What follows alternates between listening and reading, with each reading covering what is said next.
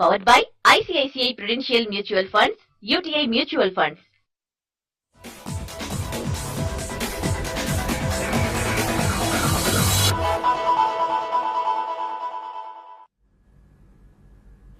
Welcome to Insta EMI Presents Money Mantra, powered by ICICI Prudential Mutual Fund and UTI Mutual Fund.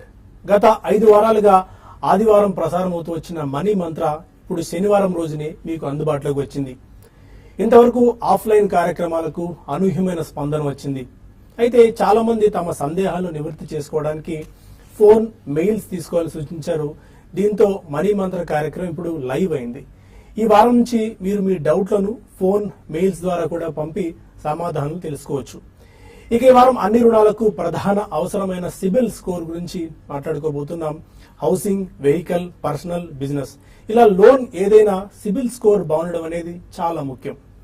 ఈ score ని ఎలా పెంచుకోవాలి, ఎందుకు score తగ్గిపోతుంది, మన ప్రమేయం లేకుండా స్కోర్ పడిపోతే ఎవరికి ఫిర్యాదు చేయాలి వంటి అనేక అంశాలను ఇవాళ మనం మాట్లాడుకోబోతున్నాం. మీకు ఇదే అంశంపై ఏమైనా సందేహాలు ఉంటే పైన నంబర్స్ స్క్రోల్ అవుతాయి, ఆ నంబర్స్ కి ఫోన్ చేయొచ్చు, లేదా ఈమెయిల్ ఐడి కూడా స్క్రోల్ అవుతుంది. ఆ ఈమెయిల్ ఐడి కూడా మీ సందేహాలను పంపితే సమాధానాలు ఇక్కడ ఎక్స్పర్ట్ ఇస్తారు.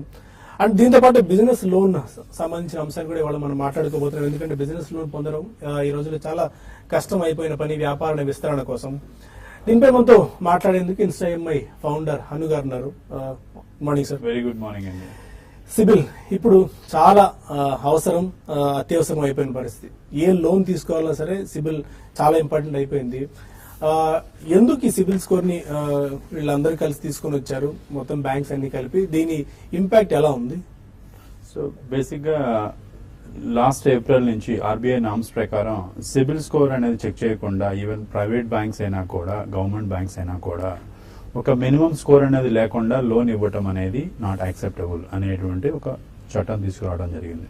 అంతకుముందు ఏంటంటే డిస్క్రిషనరీ పవర్స్ కింద ఫండ్స్ ఇవ్వటము, అంటే లోన్స్ ఇవ్వటం అనేది ఒక బ్యాంకు బ్రాంచ్ మేనేజర్స్ చేసుకునే పరిస్థితిలో నుంచి ఇవాళ కంపల్సరీ సిబిల్ స్కోర్. సిబిల్ అనేది ఎందుకు తేవాల్సి వచ్చింది అంటే, ఇండియాలో ఒక 4 ఈ అన్ని బ్యాంకుల మధ్య ఒక కస్టమర్ లోన్ తీసుకున్నప్పుడు, అంటే ఇంకొక బ్యాంకు తెలియకుండా లోన్ తీసుకోకుండా, అంటే ఒక బ్యాంకులో లోన్ తీసుకున్నాము, ఇంకో బ్యాంకులో లోన్ తీసుకున్నాము, ఇంకో బ్యాంకులో లోన్ తీసుకున్నాము, అంటే 10 బ్యాంకులు, అంటే ఇండియాలో ఉన్న అన్ని బ్యాంకుల మధ్య కూడా ఒక బ్యాంకుకి ఒక బ్యాంకుకి సంబంధం లేకుండా లోన్స్ తీసుకోవటాన్ని అవాయిడ్ చేయడం కోసమే ఈ సిబిల్ అనేది రావడం జరిగింది.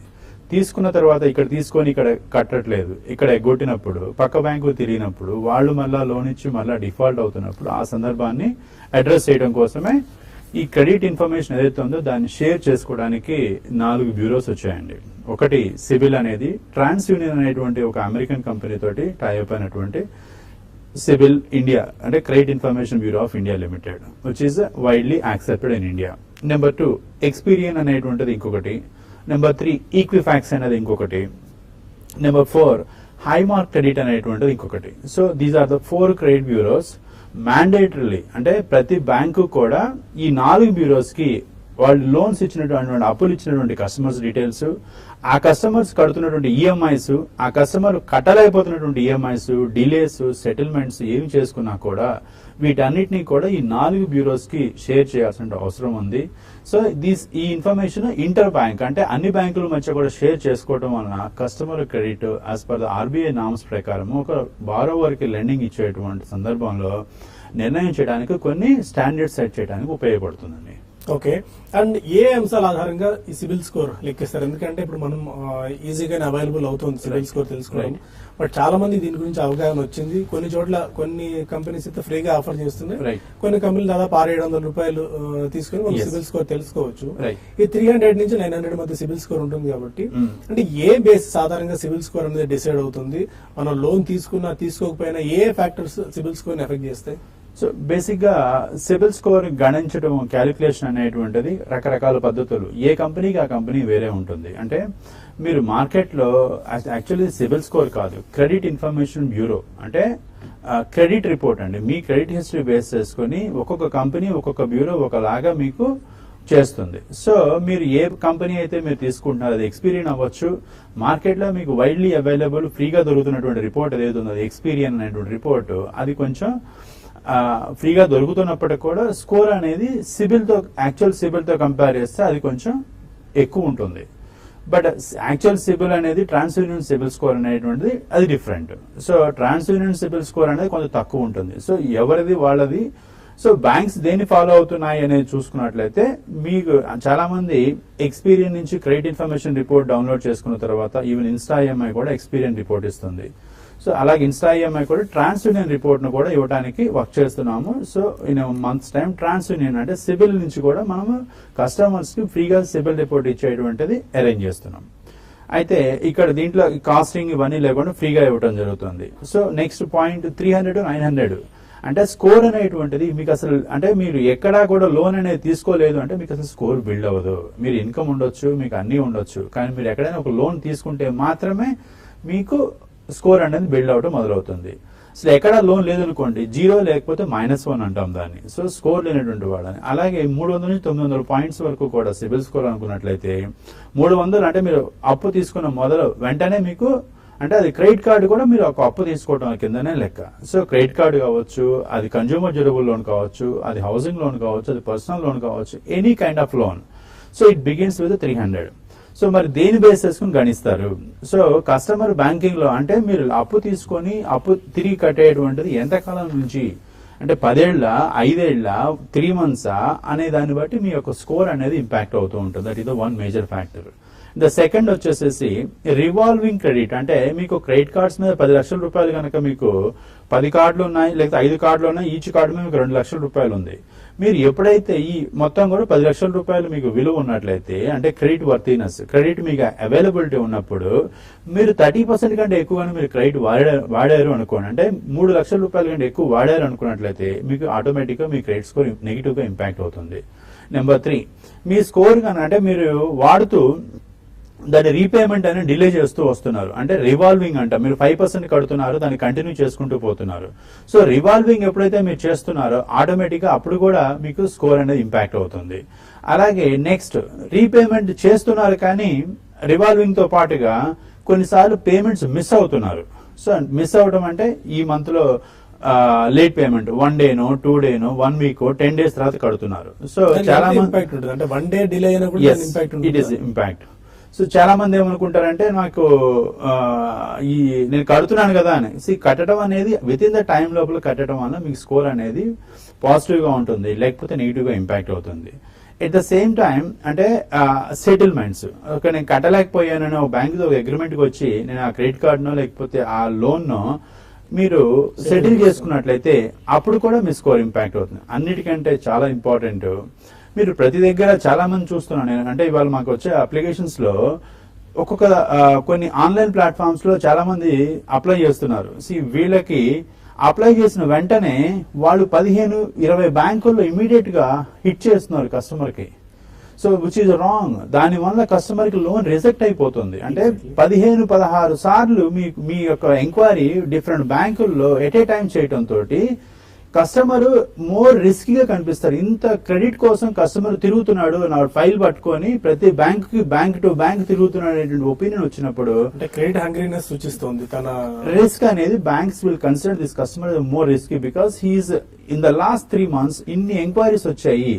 సో మీరు ఎప్పుడైనా సరే ఇన్ఫర్మేషన్ షేర్ చేసేటప్పుడు అంటే మీరు సీరియస్ గా అవతల సైడ్ అంటే మీరు ఒక బ్యాంక్ కి ఒక పద్ధతి ఒక ప్రాసెస్ కోసం మీరు అప్లై చేస్తున్నారు, అది మల్టిపుల్ గా వెళ్తున్నాయా?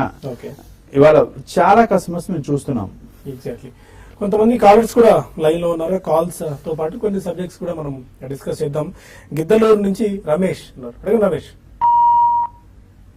ఓకే, కాల్ కట్ అయినట్టుంది. ఇంకొకటి డిస్ప్యూట్ అంటే మనం లోన్ తీసుకున్నాం, మన లోన్ తీసుకోలేదు, కొన్ని డిస్ప్యూట్స్ ఉంటాయి. అంటే మనకు సంబంధం లేకుండా కూడా ఈ క్రెడిట్ స్కోర్ ఇంపాక్ట్ ఉంటుంది. ఒకవేళ మనం ఈ సిబిల్ స్కోర్ ని రిపోర్ట్ లో మనం చూసినప్పుడు ఒకవేళ ఇలాంటి డిస్ప్యూట్స్ ఉంటే ఎవరిని కాంటాక్ట్ చేయాలి, దీన్ని ఎలా మనం సెటిల్ చేసుకోవాలి? ఐడెంటిటీ థెఫ్ట్ అంటామండి. అంటే మీ ఐడెంటిటీ కార్డు మీ డీటెయిల్స్ ని వేరే వాళ్ళు సబ్మిట్ చేసి మీ పేరు మీద వాళ్ళు లోన్ తీసుకోవటమో వాళ్ళు క్రెడిట్ కార్డు తీసుకోవటమో లేకపోతే మీరు ఇంకొక బారోవర్ కి మీరు గ్యారెంటర్ గా ఉండినట్లయితే ఇలాంటి సందర్భాల్లో చాలా కేసెస్ ఏం జరుగుతాయంటే మీకు తెలియకుండానే మీ స్కోర్ ఇంపాక్ట్ అవుతూ ఉంటుంది. అంటే మనం గ్యారంటీ సంతకం పెట్టినా కూడా వాళ్ళకి సరిగ్గా కట్టకపోతే మన మీద ఇంపాక్ట్ తప్పకుండా. అంటే మీరు గ్యారంటీర్ గా ఉన్నారు అంటే మీకు 50% ఆఫ్ ద ఈఎంఐ ఆబ్లిగేషన్ మీరు కట్టాలి, మీ బాధ్యత అని చెప్పేసి మీకు ఉంటుందండి. ఎవరైనా సరే అంటే ఎక్కడ క్రెడిట్ లో మీరు ఎవరు ఏ లోన్ లో ఎవరు గ్యారంటీగా ఉన్నారు అనుకుంటే 50% ఆబ్లిగేట్ అవుతుంది. సో ఆ పాయింట్ కూడా దృష్టిలో పెట్టుకోవాలి. గ్యారంటీ సంతకం పెట్టినప్పుడు కూడా వాళ్ళు కట్టకపోతే దాని బాధ్యత మీరు మోయాల్సిన అవసరం ఉంటుంది. మరో కాల్ ఉన్నారు బెంగళూరు నుంచి రాజేశ్వరి. హలో హలో, అడగండి రాజేశ్వరి గారు. సార్ నమస్తే సార్. నమస్కారం. యాక్చువల్ గా నేను 2011 ఆ 12 గోల్డ్ బాండ్స్ కొన్నానండి. ఓకే. అది కోటక్ మహీంద్రా నుంచి. ఓకే. అది 5 lakhs కొన్నాను. అది ఇప్పటికీ కూడా అది ఏం పెరగలేదు అంటున్నారు. అంటే ఐ మీన్ అమౌంట్ కంటే అది గోల్డ్ బాండ్స్ కాదనుకుంటే గోల్డ్ ఈటీఎఫ్ కొని ఉంటారు మీరు. నెంబర్ 1. సో గోల్డ్ ఈటీఎఫ్స్ మీరు ఇన్వెస్ట్ చేసుకున్నది అంటే మీరు ఫిజికల్ గా గోల్డ్ కొనుక్కొని దాన్ని మీరు సేఫ్టీ సెక్యూరిటీ అనేది దాని అప్రిసియేషన్ లేకపోవటం అనేది అలా కాకుండా ఒక సేఫ్ గా అన్ఫార్చునేట్ గా మీకు 2012 నుంచి మీకు రూపీ కూడా ఇంపాక్ట్ నెగిటివ్ గా ఉండటం తోటి వాటిలో పెద్ద గోల్డ్ లో పెద్ద మీకు అప్రిసియేషన్ కానీ ఏ డిఫరెన్స్ కనిపించట్లేదు. సో అదే 29,000-30,000 మధ్య గోల్డ్ హోవర్ అవుతుంది కాబట్టి మీకు దాని నుంచి పెద్దగా రిటర్న్స్ అయితే ఏమి రాలేదు. దట్ వాళ్ళు గోల్డ్ బాండ్స్ లో పెట్టుంటే మేబీ కనీసం ఒక 5 to 6% వాళ్ళు ఇచ్చిన 4% రిటర్న్ వచ్చేదేమో. రైట్. క్వార్టర్లీ 2.5 ఏదైతే మీకు డివిడెండ్ వస్తూ ఉండేదో 2%. So government scheme gold bond different, gold ETF different. మీరు గోల్డ్ ఈటీఎఫ్ లో ఇన్వెస్ట్ చేస్తున్నారు కాబట్టి ఈ ఎక్స్చేంజ్ ట్రేడెడ్ ఫండ్స్ లో మీరు ఎప్పుడు కావాలంటే అప్పుడు సెల్ చేసుకోవచ్చు. అంటే మీరు సిస్టమేటిక్ గా గోల్డ్ లో మీరు పెట్టే దాంట్లో మీ ఉద్దేశం ఆ గోల్డ్ రేట్ లో వచ్చే మార్పుల నుంచి మీకు ప్రొటెక్ట్ చేసుకునేది. అలాగే ఏదైనా కాస్త చిన్న మొత్తాల్లో మీకు లాభం వస్తాయి. అంటే గోల్డ్ 2012 నుంచి పెరగలేదు కాబట్టి ఇక్కడ ఎలాంటి రిటర్న్స్ కూడా ఇవ్వడానికి అవకాశం లేదు. మీరు సెల్ చేసుకోవచ్చు. మీరు ఫిజికల్ గా గోల్డే కావాలనుకున్నా ఫిజికల్ గోల్డ్ కొనుక్కున్నా కూడా ఆ రేట్లు అదే పరిస్థితిలో ఉన్నాయి. సెల్ చేసి మీరు ఎందుకంటే దీనిలో పెద్దగా రిటర్న్స్ మనం చూడట్లేదు కాబట్టి వీలైతే మెల్లమెల్లగా దాని నుంచి ఎగ్జిట్ అయ్యి గోల్డ్ బాండ్స్ లో ఇన్వెస్ట్ చేసుకోవడం మంచిదేమో. ఎందుకంటే మీరు గోల్డ్ లోనే ఉండాలనుకుంటే. గుంటూరు నుంచి వెంకటేశ్వర్లు మరొకరు. అడగండి వెంకటేశ్వర్ గారు. చెప్పండి సార్. సార్ మాది అగ్రికల్చర్ లోన్ ఉంది sir. Okay.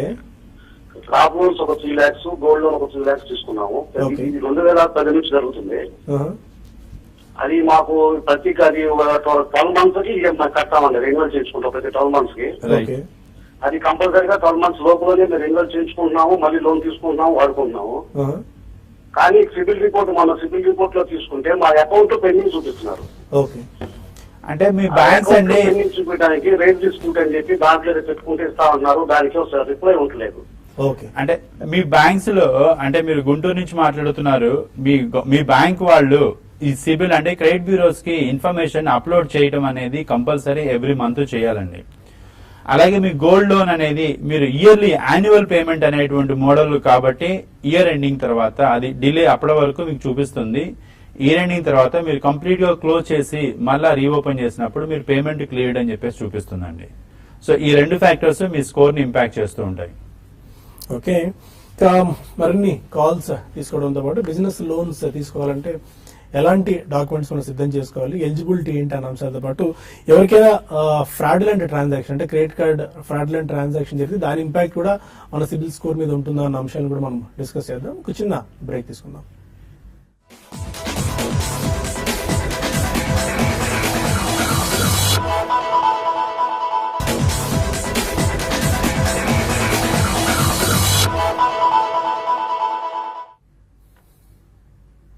Welcome back to ఇన్స్టాఐఎంఐ ప్రెజెన్స్ మనీ మంత్ర. మన కాల్ ఉన్నారు ఆదిలాబాద్ నుంచి రాజశేఖర్ రెడ్డి. సార్ ఇది నాకు క్రాప్ లోన్ ఉంది సార్. ఓకే. అది సివిల్ లో నాకు స్కోర్ పరంగా తక్కువ అవుతుంది. సివిల్ లో ఏం చూపిస్తుందంటే కిసాన్ క్రెడిట్ కార్డ్ అని చూపిస్తుంది. నేనైతే మరి crop loan every year regular గా పే చేసుకుంటూ వస్తున్నాను. మరి నాకు అది సివిల్ స్కోర్ ఎందుకు తక్కువ వస్తుందండి? ఓకే. సో దానివల్ల నాకు ఏ లోన్ రావట్లేదు. అంటే క్రాప్ లోన్ అనేది కిసాన్ అంటే రైతులకి వ్యవసాయదారులకు ఇచ్చేది కాబట్టి దట్ ఈజ్ అంటే అది అకౌంట్ బ్యాంకింగ్ ఎలా చేస్తుందంటే కిసాన్ క్రెడిట్ కార్డు కింద ఇచ్చినట్టుగా చేస్తుంది. కాకపోతే మీరు పేమెంట్ అనేది అప్డేట్ మీ బ్యాంక్స్ నుంచి మీరు పేమెంట్ చేసింది అప్డేట్ అవ్వనప్పుడు డిలే పేమెంట్స్ గా ఉన్నప్పుడు మాత్రమే మీకు ఇది ఇంపాక్ట్ అవుతుందండి. సో మీరు ఒకసారి మీ బ్యాంక్ లోనే మీరు చేసిన పేమెంట్ ని అన్ని క్రెడిట్ బ్యూరోస్ కి అప్డేట్ చేస్తున్నారా లేదా అనేటువంటి తెలుసుకోవాల్సిన అవసరం వాళ్ళనే చెక్ చేసుకోండి. అయితే మనం బ్యాంకుల దగ్గరికి వెళ్ళి ఒకసారి వీలైతే స్కోర్ అప్డేట్ చేయండి మనం రిక్వెస్ట్ చేసుకోవాలంటే లోన్ రీపేమెంట్స్ అనేటువంటి దాన్ని వాళ్ళు మేము లోన్ రీపేమెంట్ చేసినా కూడా మేము చేసినట్టుగా మీరు బ్యాంక్ బ్యూరోస్ కి అప్డేట్ చేయనప్పుడు మా క్రెడిట్ స్కోర్ ఇంపాక్ట్ అవుతుంది. మంగళగిరి నుంచి దేవేందర్ రెడ్డి మరొక కాలం. అడగండి దేవేందర్. యాక్చువల్లీ ఏమంటే నేను వచ్చేసి నాకు వచ్చేసి ఒక మెయిల్ వచ్చింది ఐటీఆర్ ఫైల్ చేయండి అనేసి. ఓకే, సో యాక్చువల్లీ నేను క్రెడిట్ కార్డు చాలా చాలా చాలా ఎక్కువ వాడాను లాస్ట్ ఇయర్. ఐటీఆర్ ఫైల్ చేయాల్సి వచ్చింది. సో ఎందుకు వస్తుందండి దాని గురించి నాకు అది చేయాలా వద్దా? నేను మినిమం అది సేవింగ్స్ అకౌంట్ లో నాకు 30 lakhs అట్లీస్ట్ 30 lakhs వాడాను క్రెడిట్ కార్డు. వాడిన తర్వాత మళ్ళీ రీపేమెంట్ కూడా ఆన్ టైం పే చేశాను. ప్రాబ్లం లేదు, జస్ట్ ఐటీఆర్ ఫైల్ చేయాల్సి వచ్చిందండి. దాన్ని అది ఖచ్చితంగా పే చేయాలా వద్దా, ఎట్లా చేయాలనేది. మీరు క్రెడిట్ కార్డు పేమెంట్ వేరు, ఐటీఆర్ ఫైల్ చేయడం రెండు వేరు వేరు సందర్భాలు. అయితే మీ అకౌంట్ లో ట్రాన్సాక్షన్స్ ఎక్కువ అవుతున్నప్పుడు అంటే ఇన్కమ్ ట్యాక్స్ డిపార్ట్మెంట్ నుంచి మీకు మెయిల్స్ అనేది కమ్యూనికేషన్ అనేది జరిగే అవకాశం ఉంది. సో మీ దగ్గరలో మీరు చార్ట్ అకౌంటెంట్ ని మీరు సంప్రదించి సో మీకు కావాల్సినటువంటి అంటే మీరు అది ఫేక్ మెయిలా లేకపోతే కొన్ని ఫేక్ మెయిల్స్ కూడా వస్తూ ఉంటాయి, కొన్ని ఫ్రాడ్ మెయిల్స్ కూడా కేర్ఫుల్ గా ఓకే నాకు ఈ నోటీస్ వచ్చింది గవర్నమెంట్ ఆఫ్ ఇండియా నుంచి ఇన్కమ్ ట్యాక్స్ డిపార్ట్మెంట్ నుంచి ఏ విధంగా అడ్రస్ చేయాలనేది మీరు సీఏ సలహా తీసుకున్నట్లయితే మీకు సరైన సలహా దొరుకుతుందండి. బట్ ఈ మధ్య హై వాల్యూ ట్రాన్సాక్షన్స్ కి కంపల్సరీ ఐటీ నుంచి కూడా మెయిల్ వస్తుందండి. దాన్ని దృష్టిలో ఉంచుకుని మీరు ఒకవేళ రిటర్న్స్ ఫైల్ చేసుకోవడం మంచిదేమో, భవిష్యత్తులో ఇబ్బందులు ఎదుర్కోకుండా. హైదరాబాద్ నుంచి చారి మరొక. హలో అడగండి చారి గారు. హలో చెప్పండి, వినిపిస్తుంది. అడగండి, చెప్పండి. ఇది మీరు సిబిల్ గురించి చెప్తున్నారు కదా, రైట్? సిబిల్ అనేది ఎలా క్యాల్కులేట్ చేస్తున్నాం ఏమైనా ఐడియా ఉందా మీకు? లేకపోతే దాన్ని ఎలా మీరు క్యాల్కులేట్ చేస్తారు, దాన్ని ఏ విధంగా దాన్ని స్కోర్ ఇంక్రీజ్ చేస్తారు, ఏ విధంగా డిక్రీజ్ చేస్తారు? అదే ఇప్పుడు ఇంతకు ముందు మనం మాట్లాడుకున్నట్టుగా మీరు అకౌంట్ ఎప్పుడు ఓపెన్ చేసుకున్నారు, మీరు రీపేమెంట్ హిస్టరీ ఎలా ఉంది, మీరు ఎన్నిసార్లు క్రెడిట్ కావాలని తిరుగుతూ ఉన్నారు, మీ అప్పుల్లో ఎంత శాతం అంటే సెక్యూర్డ్ లోన్స్ ఎంత, అన్సెక్యూర్డ్ లోన్స్ ఎంత అనే ఈ అన్ని విషయాలను పరిగణలో తీసుకొని అలాగే మీ ఏజ్ అంటే మీ లిమిట్స్ ఏంటి, మీ యొక్క ఇన్కమ్ ఏంటి, వీటన్నిటిని కూడా వేరియస్ ఫ్యాక్టర్స్ పరిగణలో తీసుకుని సివిల్ క్యాలిక్యులేట్ చేస్తారండి. ఓకే, ఇంకా మెయిల్ కూడా వచ్చింది, మెయిల్ కూడా తీసుకుందాం. శ్రీరామ్ అడుగుతున్నారు, తను హౌసింగ్ లోన్ తీసుకున్నప్పుడు లోన్ క్లోజ్ చేశారట, బట్ అది రిఫ్లెక్ట్ కాలేదు, ఇంకా యాక్టివ్ గానే లోన్ చూపిస్తుంది, దీన్ని ఎలా రీసాల్వ్ చేసుకోవాలి?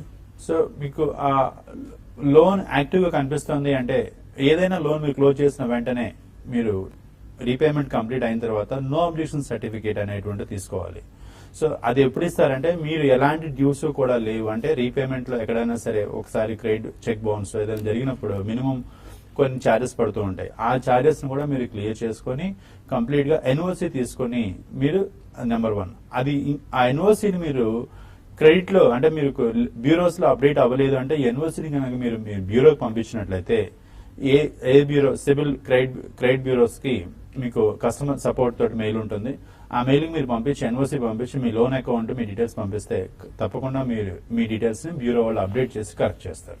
ఓకే, అండ్ బిజినెస్ లోన్ పొందడం ఈ రోజుల్లో కష్టం అయిపోయింది. ఎన్సీఎల్టీ ఇష్యూస్ ఒకటి, ఎన్పిఏ ఇష్యూస్ నేపథ్యంలో బాగా టైట్ అయిపోయింది. ఒకవేళ బిజినెస్ లోన్ ఈ విస్తరణ కోసం పొందాలంటే ఏ ఆపర్చునిటీస్ ఆప్షన్స్ ప్రస్తుతం మనకు అందుబాటులో ఉన్నాయి? అంటే స్మాల్ బిజినెస్ లోన్స్ కి వచ్చేసేటప్పుడు ఇవాళ అన్సెక్యూర్డ్ ఫండింగ్ అనేది ఇప్పటి వరకు మార్కెట్ లో చాలా తక్కువగా చూసేవాడు.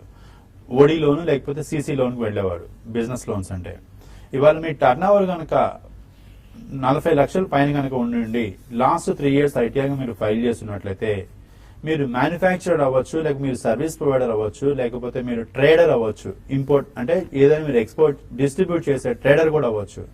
మీరు ఏ సెగ్మెంట్ లో ఉన్నా కూడా 13% నుంచి, అంటే ఈవెన్ డాక్టర్స్ కూడా, ఇండివిజువల్ డాక్టర్స్ కి they can be from anywhere, మీరు 50 లక్షలైన ₹1,00,00,000 వరకు కూడా అన్సెక్యూర్డ్ ఫండింగ్, అంటే మీకు ఎలాంటి కొలేటరల్ అవసరం లేకుండా మీ ఇన్కమ్ ట్యాక్స్ రిటర్న్స్ ఉండి, మీ బ్యాలెన్స్ షీట్ ఉండి, అలాగే మీ కంప్లీట్ గా ట్రాన్సాక్షన్స్ ఉన్నట్లయితే పర్సనల్ లోన్ పొందేందుకు అవకాశం. Unsecured business loan, unsecured business loans up to 1 crore వరకు కూడా. Okay. సో దీనికి ఆడిటెడ్ ఫైనాన్షియల్స్ ఒక డాక్యుమెంట్స్ అడిగితే మీకు కేవైసీ ఏదైతే ఉందో మాక్సిమం కేసెస్ లో మీకు ఓన్ హౌస్ ఉన్నట్లయితే it is going to be more easy. Okay. And ఒక వైజాగ్ ఒక లాస్ట్ కాల్ ఒకటి తీసుకుందాం. అడిగా రమేష్. సార్ నమస్తే అండి. నమస్కారం అండి, చెప్పండి. అదే ఈ సివిల్ స్కోర్ పెరగడానికి గల కారణం అంటే ఏ విధంగా పెరిగితే, ఆల్రెడీ మాకు బ్యాంకింగ్ లో పర్సనల్ లోన్స్ ఇవి మెయింటైన్ చేస్తాను. ఓకే. దీనివల్ల ఒకవేళ తగ్గితే ఏ విధంగా తగ్గుతారు, ఏదైతే పెరగాలంటే ఏ విధంగా మేము పెంచుకోవడం మా అయితే ఏం చేయాలి? ఎందుకంటే నేను ఆల్రెడీ గవర్నమెంట్ ఎంప్లాయ్ అండి. Okay. Already personal loan plus కొన్ని లోన్స్ కంటిన్యూషన్ అవుతున్నాయి బ్యాంక్ లో. పేమెంట్ డిలేస్ ఏమైనా ఉన్నాయండి మీకు? ఏంటి సార్? పేమెంట్ డిలేస్ ఏమైనా ఉన్నాయా మీకు? ఏం లేదు సార్. ఏం లేకపోయినట్టయితే మీ సిబిల్ స్కోర్ బాగుంటుంది. మీ రీపేమెంట్ కరెక్ట్ గా చేస్తున్నంత కాలం మీ సిబిల్ స్కోర్ గురించి అసలు కన్సర్నే లేదు. అండ్ ఫైనల్ గా ఈ బిజినెస్ లోన్ పొందేందుకు డాక్యుమెంటేషన్స్ గురించి మీరు చెప్పారు. ఇప్పుడు ఇన్స్టా మీ ఎలా హెల్ప్ చేస్తుంది ఒకవేళ బిజినెస్ లోన్ ఎక్స్పాన్షన్ గురించి కావాలంటే? రైట్. ఇప్పుడు ఇన్స్టా ఈఎంఐ స్టోర్స్ ఇవాళ as of now 80 locations in AP తెలంగాణలో ఉన్నాయండి. మీరు ఏ స్టోర్ కి వెళ్ళినా లేకపోతే instaemi.com కి వెళ్ళినా కూడా మీరు బిజినెస్ లోన్ సంబంధించి అప్లై చేస్తే మీ క్రెడిట్ రిపోర్ట్, అంటే మీ రీపేమెంట్ హిస్టరీ మొత్తాన్ని కూడా అనాలిసిస్ చేసి మీరు ఏ బ్యాంకు తోటి, అంటే మీరు కన్సర్న్ బ్యాంకు తోటి లైవ్ లో రియల్ టైమ్ లో చెక్ చేసుకొని ఏ బ్యాంకు నుంచి మీకు ఏ ఆఫర్, ఎంత ఎలిజిబిలిటీ ఇస్తామని చెప్పేసి ఏ బ్యాంకు మీకు అప్రూవల్ ఇస్తుంది అనేటువంటిది మీరు instaemi.com ద్వారా చూసుకోవచ్చు. లేదు నాకు ఎలా చేయాలి నాకు తెలియదు అనుకుంటే మీరు నియరెస్ట్ instaemi స్టోర్ కి వెళ్ళినట్లయితే మీకు complete advice and solution provide చేయబడుతుంది. Okay, thank you very much Hanu garu. ప్రస్తుతం సిబిల్ అనేది ఒక పెద్ద సముద్రం లాంటిది, చాలా క్వశ్చన్స్ ఉంటాయి, బట్ ఇంత తక్కువ టైంలో మనం కవర్ కూడా చేయలేము. మీకైనా డౌట్స్ ఉంటే మెయిల్స్ పంపించండి. ఆల్రెడీ మెయిల్ ఐడి మీకు డిస్ప్లే అవుతుంది కాబట్టి మీకు మళ్ళీ సమాధానించే ప్రయత్నం మనం చేద్దాం. ఇది ఈ వారం ఇన్స్టా ఈఎంఐ సమర్పిస్తున్న మనీ మంత్ర కార్యక్రమం. వచ్చే వారం మరో ఇంట్రెస్టింగ్ టాపిక్ తో కలుద్దాం. Stay with us.